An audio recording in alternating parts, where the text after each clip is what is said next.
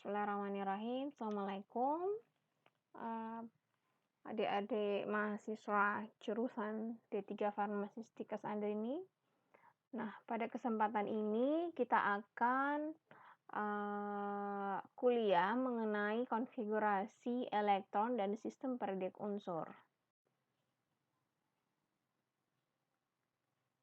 Nah, sebelum kita masuk ke dalam materi konfigurasi elektron dan sistem periodik unsur, terlebih dahulu adik-adik ini harus mengetahui tentang bilangan kuantum. Nah, ini bilangan kuantum ini lanjutan dari materi sebelumnya, yaitu tentang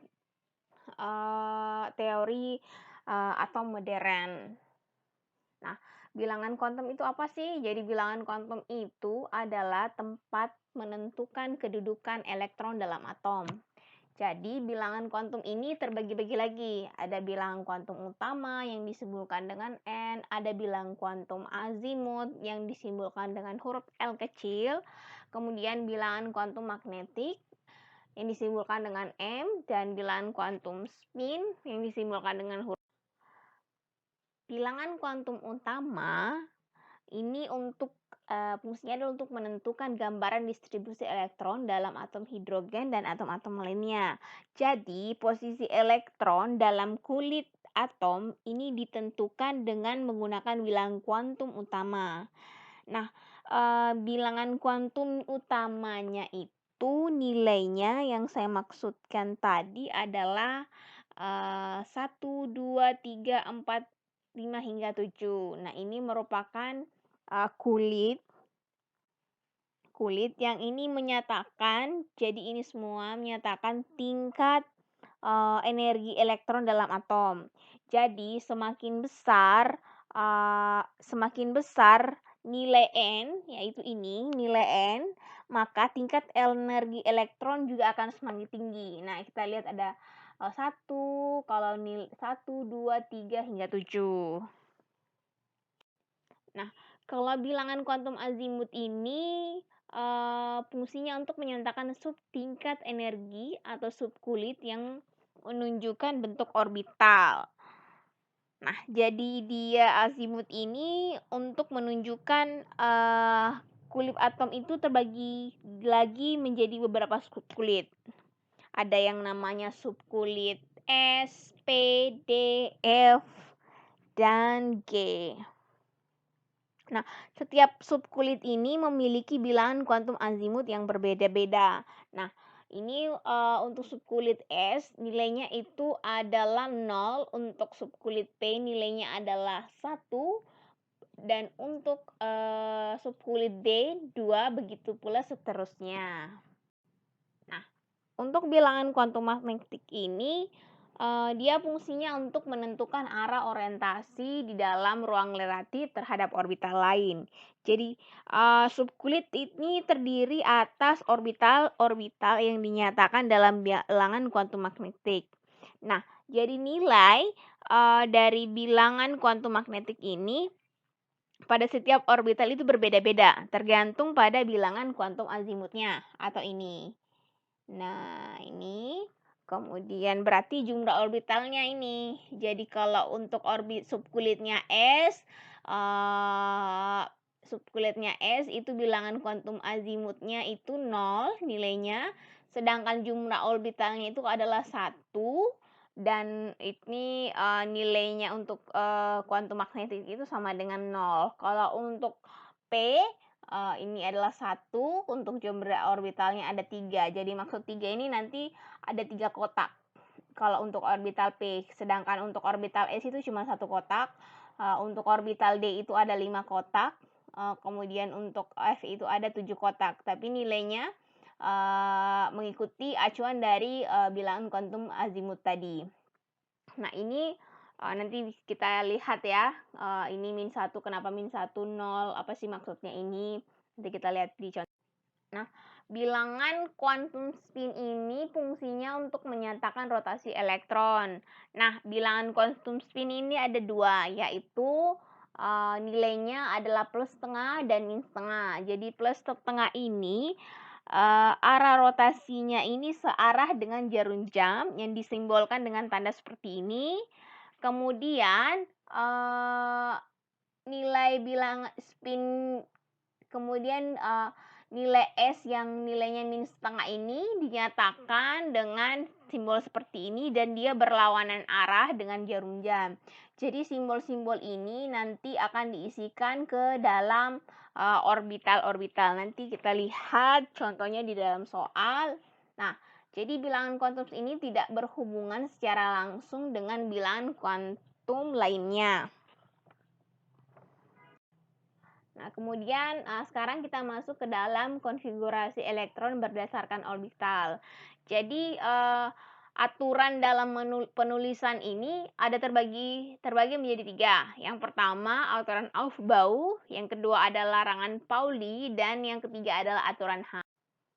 Jadi aturan Aufbau ini, mohon maaf, di mana elektron mempunyai kecenderungan untuk menempati subkulit dengan tingkat energi lebih rendah terdahulu, baru kemudian energi tertinggi. Maksudnya adalah ini. Seperti ini 1S, jadi diisinya dulu dari 1S, 2S, kemudian 2P, kemudian 3S, 3P, 3S, 3P, kemudian 4S, habis 4S kita ke 3D.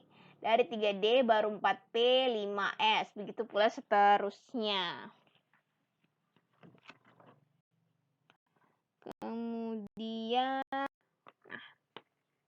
Kemudian ada namanya larangan Pauli. Jadi larangan Pauli ini menyatakan aturan dari penulisan konfigurasi elektron ini di mana tidak ada 2 elektron dalam orbital yang sama memiliki keempat bilangan kuantum yang sama. Jadi ini bermakna kalau jumlah elektron maksimal yang bisa menempati sebuah orbital adalah dua dengan arah rotasi atau spin yang berlawanan. Nah, jadi elektron dalam satu orbital akan memiliki bilangan kuantum utama, azimut, magnetik, kecuali bilangan kuantum spin. Oke, sekarang kita ke aturan Hahn. Jadi aturan Hahn ini menyatakan aturan untuk menggambarkan arah rotasi elektron. Jadi elektron-elektron yang berada dalam satu orbital akan menempati orbital yang kosong dengan arah rotasi sejajar. Nah, setelah itu elektron-elektron lainnya menempati orbital tersebut dengan arah rotasi yang berlawanan.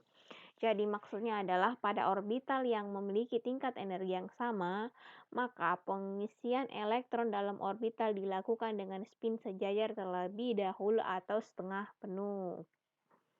Ini contohnya kita bisa lihat di sini. Maksudnya setengah penuh ini adalah ini. Jadi di orbital P ini kan setengah penuh. Maksud dari penuh itu adalah ini orbital S. Orbital di sini kan ada 2 nih. 1, 2. Sedangkan ini setengah penuh. Jadi 1 dulu di sini. 1, 2, 3, dan 4. Nah, kalau bersumber tadi kade Hahn sebelumnya yang menyatakan dia harus diisinya itu dia isinya itu mulai dari setengah penuh dulu, tidak boleh penuh. Nah, kalau ini dia isinya penuh semua. Ini kan penuh nih. 1, 2, 1, 2. Sementara di sini ada masih kosong. Berarti ini pengisian menurut kaidah Hahn itu kurang stabil. Yang stabil ini seperti apa? Jadi seperti ini. Jadi 4S, 1, 3D, 5. Jadi tetap nilainya 6. Ini juga kan nilainya 6. Tapi kalau dimasukkan ke dalam diagram orbital kan seperti ini. Nah, ini berlawanan dengan aturan yang Hahn katakan. Nah, ini aturan Hahn dan ini aturan umum. Oke, kemudian berikut ini contoh penulisan konfigurasi elektron. Nah, ini adalah atom dan nomor atomnya. Kalian bisa lihat di tabel Prodik yang pernah saya minta kalian untuk menggambarkannya. Kalau ini konfigurasi elektron panjang atau yang umum. Sedangkan yang ini yang singkatnya atau mengikuti aturan kaidah penulisan gas mulia. Ini kan helium, neon ini adalah gas mulia dan ini adalah argon, gas mulia juga. Ini cara singkatnya. Kalau kalian bisa hafal ini, tidak perlu sepanjang ini menuliskannya, cukup elektron terluarnya. 2 elektron kayak ini nih. Neon kan nilainya 10. Nah, elektron terluarnya dari Cl itu ada 7. Jadi sisa tinggal ditulis neon 3s2 3p5. Oke. Nah, kita lanjut ke contoh soal. Nah, tentukanlah konfigurasi elektron dan notasi gas mulia dari 24 krom, serta tuliskan subkulit, nama orbital, jumlah orbital, dan bilangan kuantum, azimut, utama, magnetik, dan spin. Nah, kalau konfigurasi elektron yang umum itu seperti ini. 1s2, 2s2, 2p6, 3s2, 3p6, 4s1, 3d5.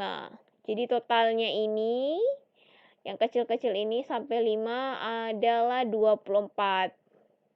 Jadi 2, 2, ini 10, ini juga 10, dari sini ini ke sini 10 jadi 24. Nah, untuk cara stabilnya atau singkatnya itu seperti ini. Argon kan nilainya itu 18.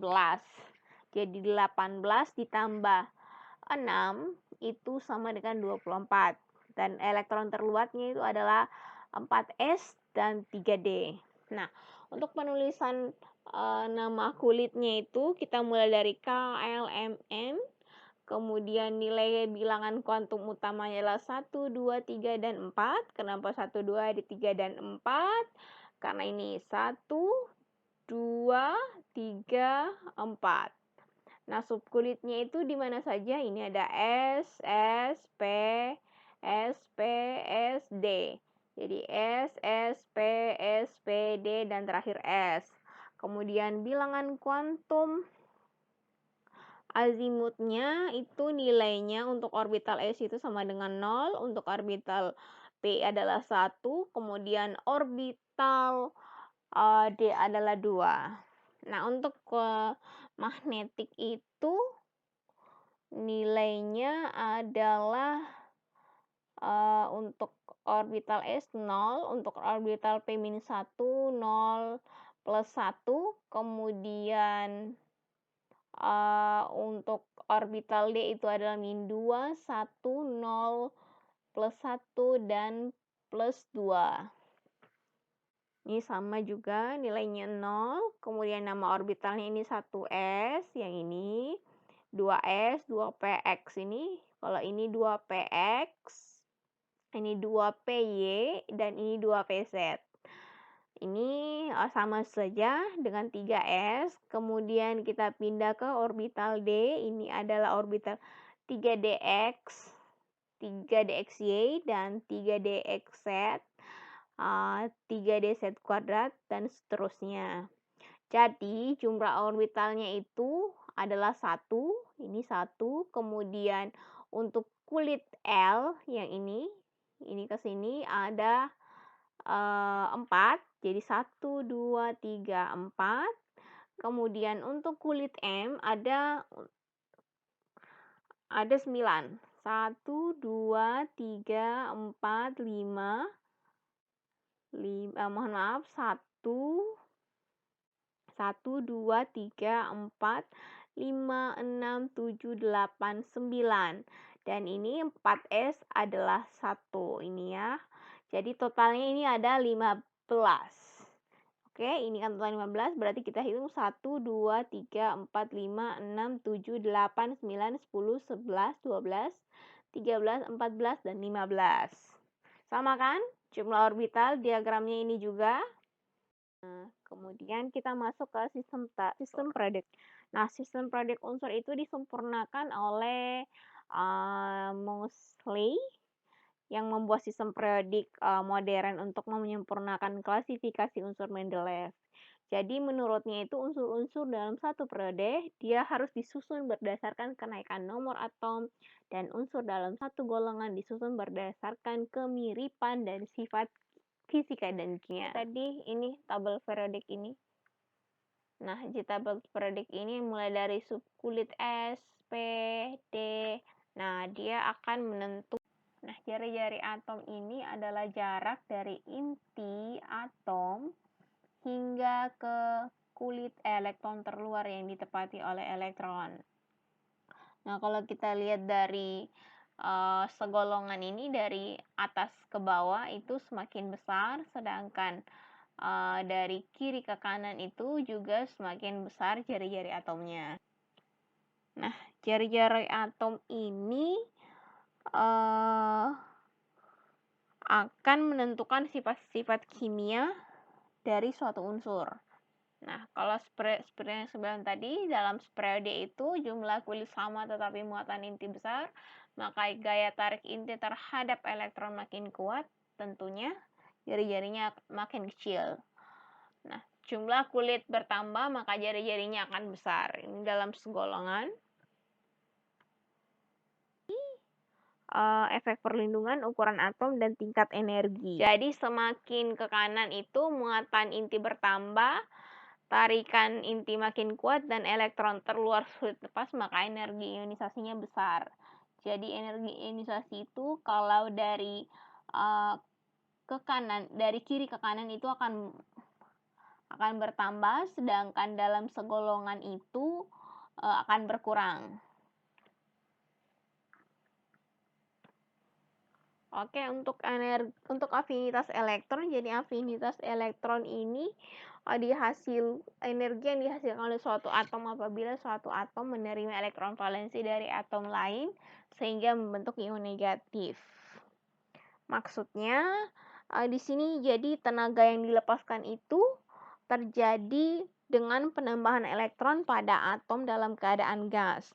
Nah, faktor yang mempengaruhinya itu ada muatan inti efektif, afinitas elektron naik dengan kenaikan muatan inti, ukuran atom, dan keelektronegatifan. Ini contohnya nilai dari afinitas elektron. Nah, kalau afinitas elektron ini dari segolongan itu semakin kecil, dari atas ke bawah itu semakin kecil, sedangkan dari kiri itu semakin besar. Ini kita lihat, ini kan segolongan nih. Nah, kalau dari sini ke sini, ini akan semakin kecil. Sementara dari kiri ke kanan itu semakin besar. Ini kan nilai semakin besar. Oke, kemudian keelektronegatifan itu merupakan kecenderungan suatu atom untuk menarik elektron valensi dari atom lainnya dalam membentuk ikatan. Jadi keelektronegatifan ini hampir sama juga dengan energi ionisasi, afinitas elektron. Jadi dia semakin ke bawah, dari atas ke bawah, itu akan semakin berkurang. Nah, kita helium ini dari 2 hingga 0,86. Kemudian kalau seperiode itu dari kiri ke kanan itu semakin bertambah. Kita lihat di sini lithium 0,97 hingga fluor itu menjadi nilainya 4. Jadi muatan intinya bertambah, tarikan inti makin kuat, maka keelektronegatifannya besar, makanya dia semakin besar nilainya. Kemudian karena jumlah inti kulit bertambah, jari-jari atom makin besar, tarikan inti lemah, maka keelektronegatifannya menurut. Kalau kita lihat dari unsur yang dari satu golongannya itu dari atas bawah. Nah, untuk unsur non-logam dan logam itu terbagi menjadi logam yang sifatnya konduktor, warnanya mengkilap atau khas, dan dia biasanya keras dan ulet. Sedangkan untuk non-logam itu dia non-konduktor, kemudian dia itu titik di dan titik rendah. Nah, untuk seperiode itu sifat non-logamnya itu semakin bertambah. Kemudian kalau untuk segolongan itu sifat logamnya juga bertambah. Nah, untuk kereaktifannya itu bergantung pada kecenderungannya melepaskan atau menerima elektron. Nah, untuk superada itu kereaktifannya akan menurun kemudian bertambah kecuali pada golongan 8A atau gas mulia itu tidak reaktif. Nah, sedangkan untuk pergolongan itu kereaktifannya. Oke, cukup sekian untuk pertemuan hari ini. Terima kasih. Bila adik-adik ada pertanyaan, silakan tuliskan di kolom chat atau bisa di WhatsApp ke saya. Kemudian untuk tugasnya akan menyusul, namun tugasnya itu tidak akan jauh dari contoh soal yang telah saya paparkan dalam presentasi kuliah kali ini. Oke, assalamualaikum warahmatullahi wabarakatuh.